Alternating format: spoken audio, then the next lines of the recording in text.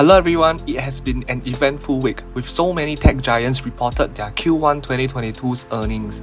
So today I'm going to summarize what has been reported by these giants, namely Google, Microsoft, Facebook and Apple. Additionally, I will also do a simple technical analysis on each company's stock. Okay, before I dive into the details, quick shout out, please help me with the YouTube algorithm by clicking on the like and subscribe buttons. Your 2 clicks means a lot to me. First up, Google. Here's a quick summary, a very quick one as I know some viewers don't like to look at numbers. So anyway, Google reported an EPS of $24.62, which misses the analyst estimate of $25.91. For revenue, it was also a miss, but a slight miss.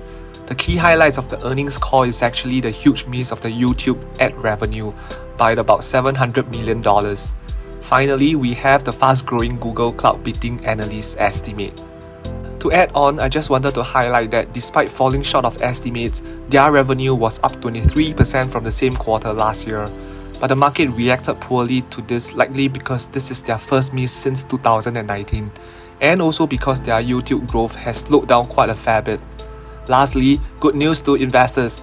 Their board has authorized the company to repurchase up to additional 70 billion of shares from the stock market, which will likely help to boost the stock price. With all said, the share price went down right after the earnings call, so now let's take a look at the technical analysis of the stock.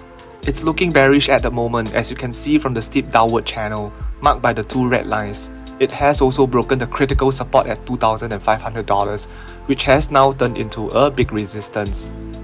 The next major support is at $2,000. I am expecting this level to hold for now. Hence, anything between $2,000 to $2,100 is a good buy in my opinion. As long as we don't close below $2,000, it is still not that bad. As for those investors who want to be more cautious, you can wait till July for their stock split, so that you do not need to spend too much just to buy one share. Overall, in the long run, I believe this is still a good to buy and hold stock. I mean, they are dominating the online search and ad industry and have $60 billion of revenue. What more can one ask for, right? My view is that Google is still firing at all cylinders. Their advertising segment is still doing very well as they dominate the search engine. Yes, YouTube growth may have slowed down, but the overall revenue for advertising segment still looks pretty solid. Additionally, their cloud segment, though still not profitable, is growing rapidly, and their market share is just behind Amazon and Microsoft. Next, check out how much cash and cash equivalents they have. It's a whopping $133 billion, of which they are going to use more than half of it to purchase shares back from the stock market. Personally, I feel that Google has benefited from the pandemic over the last 2 years as more businesses, consumers and content creators went online. Therefore, outdoing this sky-high sales is proving very difficult so far this year, especially with the war, rising inflation and supply chain issues causing advertisers to cut down on marketing budgets and campaigns.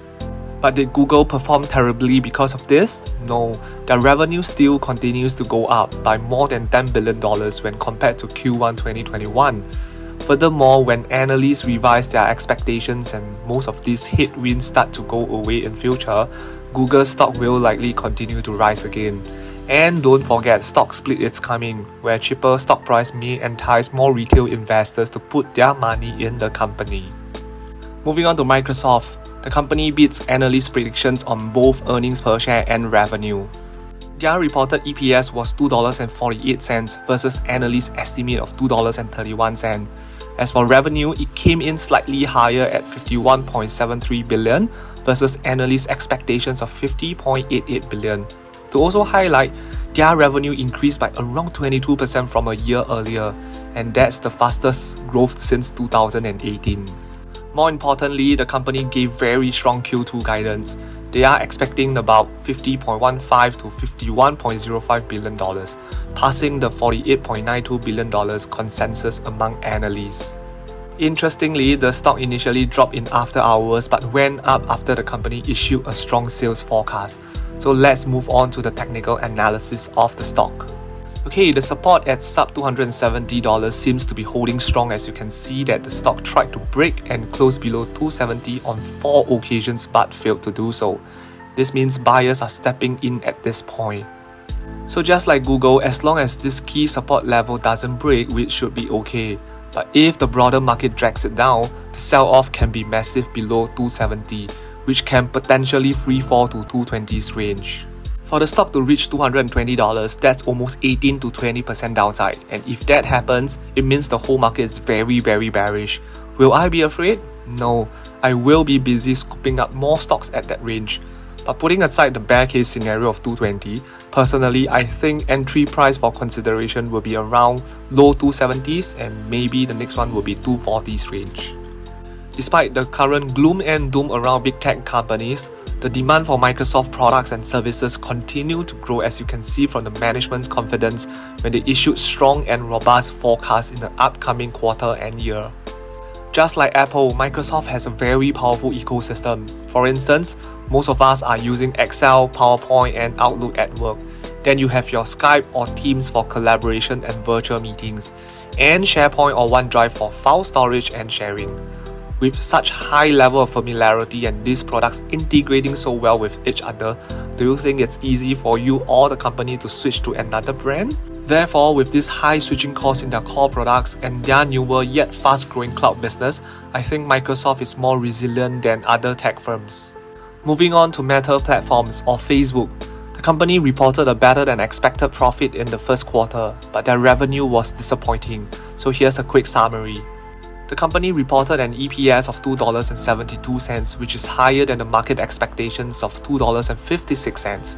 But their revenue was lower than expected at $27.91 billion versus analysts' estimate of $28.2 billion.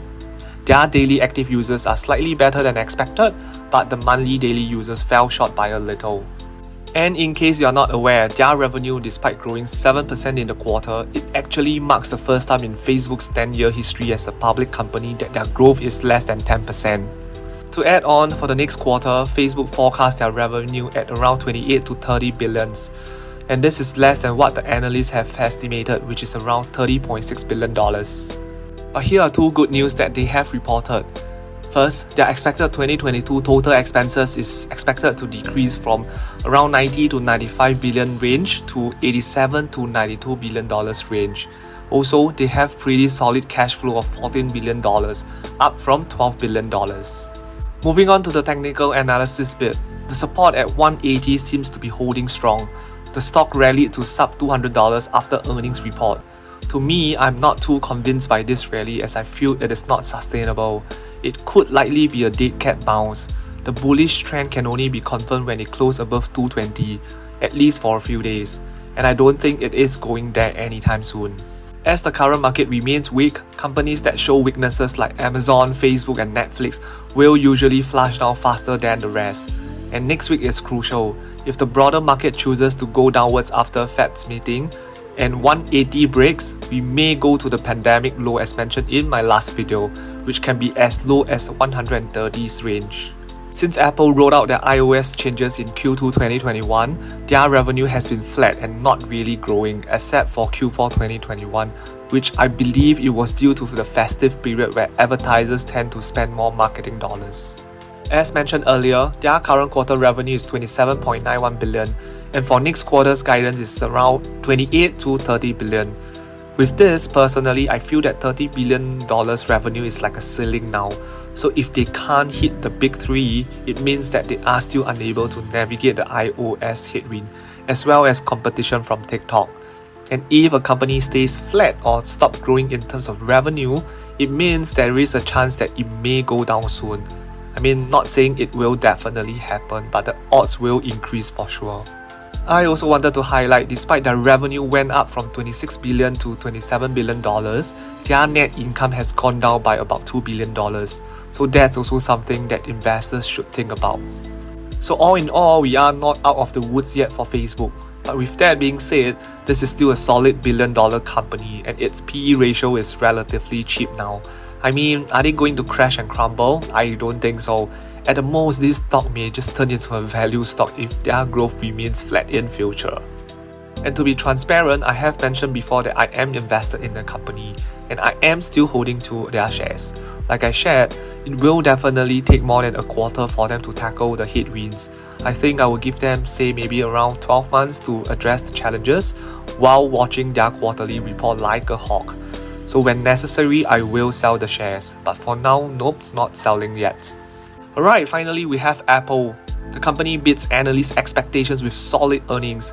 They reported an EPS of $1.52, above analyst estimates of $1.43.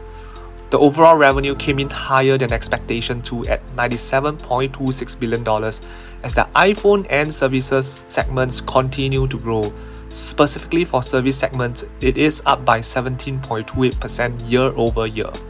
Another highlight of the earnings call is that the board of directors have authorized $90 billion share buyback, maintaining its position as the public company that spends the most buying back its own shares.